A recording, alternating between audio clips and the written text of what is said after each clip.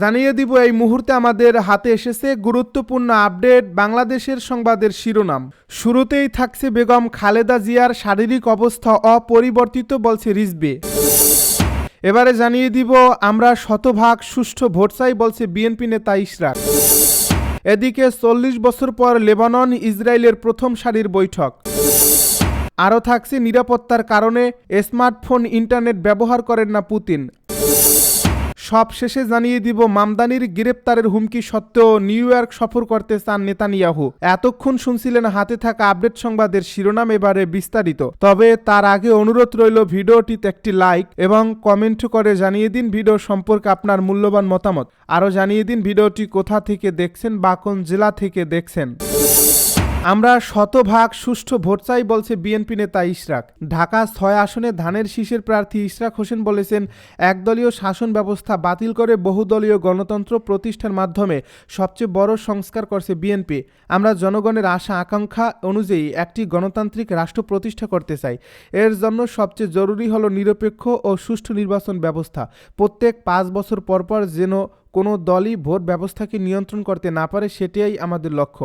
জনগণ যাকে ভোট দিয়ে ক্ষমতায় আনবে আমরা সেটিই মেনে নেব।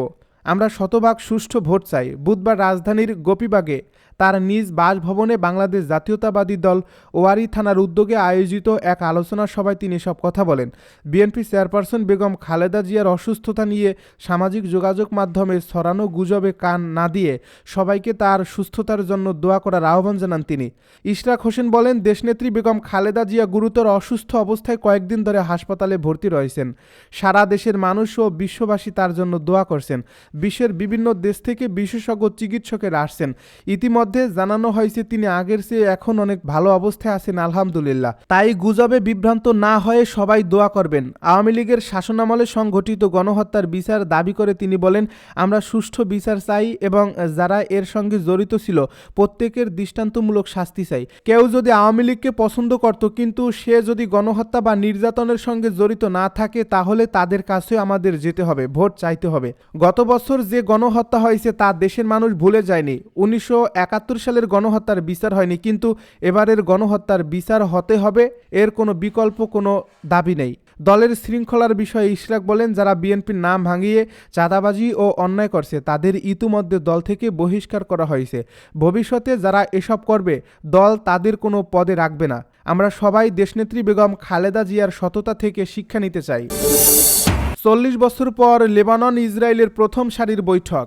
সাম্প্রতিক সময়ে লেবানন ও ইসরায়েলের মধ্যে উত্তেজনা ব্যাপকভাবে বৃদ্ধি পাওয়ার পটভূমিতে দীর্ঘ 4 দশক পর দেশ দুটি সরাসরি আলোচনা টেবিলে বসেছে।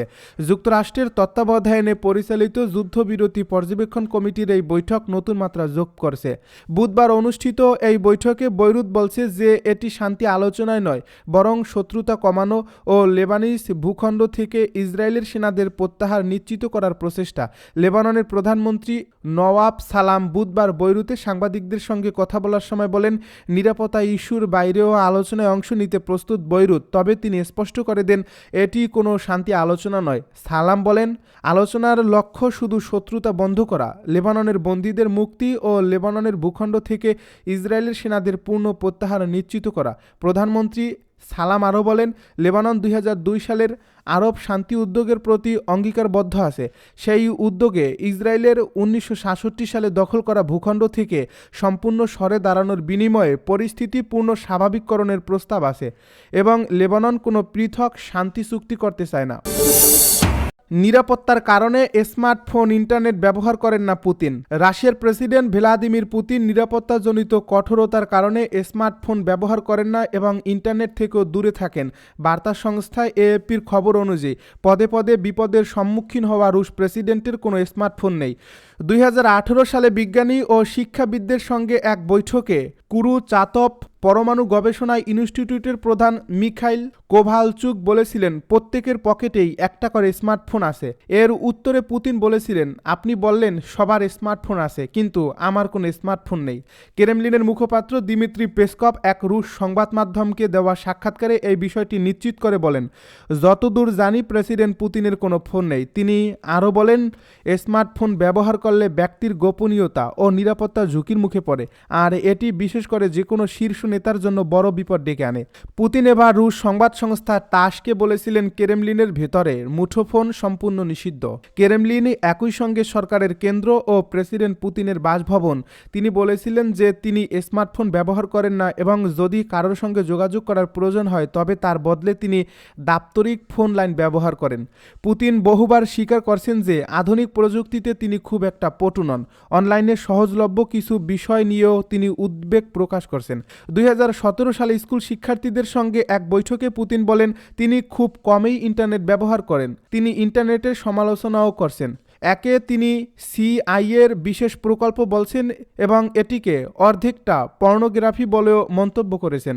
মূলত নিরাপত্তার কারণেই তিনি মুঠোফোন এড়িয়ে চলেন এবং বলা হয় যে তার আশপাশে ফোন বা ইন্টারনেট সংযুক্ত অন্যান্য গেজেট থাকলেও তা তার কাছ থেকে দূরে রাখা হয়। মামদানির গ্রেপ্তারের হুমকি সত্ত্বেও নিউ ইয়র্ক সফর করতে চান নেতানিয়াহু। আন্তর্জাতিক অপরাধ আদালতের গ্রেপ্তারি পরোয়ানা মেনে তাকে গ্রেপ্তারের হুমকি দেওয়ার পরেও তিনি নিউ ইয়র্ক সফরের পরিকল্পনা করছেন নেতানিয়াহু।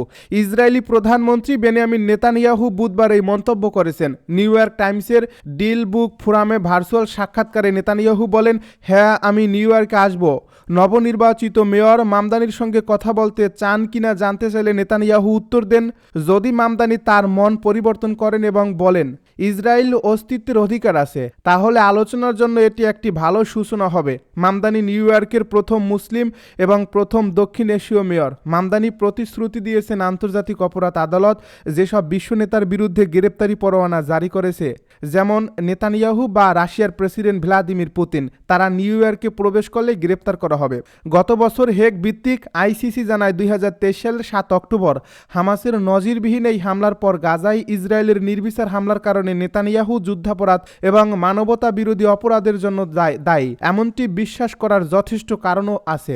ইসরায়েল এসব অভিযোগের কড়া প্রতিবাদ জানিয়েছে। ইসরায়েল, যুক্তরাষ্ট্র এবং রাশিয়া এই 3 দেশেই আইসিসিতে যোগ দিতে অস্বীকৃতি জানিয়েছে।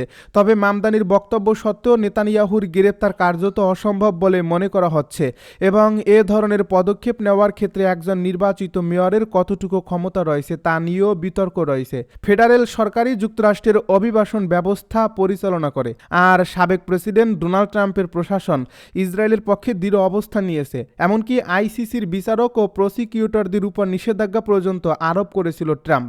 নিউ ইয়র্ক শহর ইসরায়েলের বাইরে বিশ্বের সর্বাধিক ইহুদি জনসংখ্যার আবাসস্থল।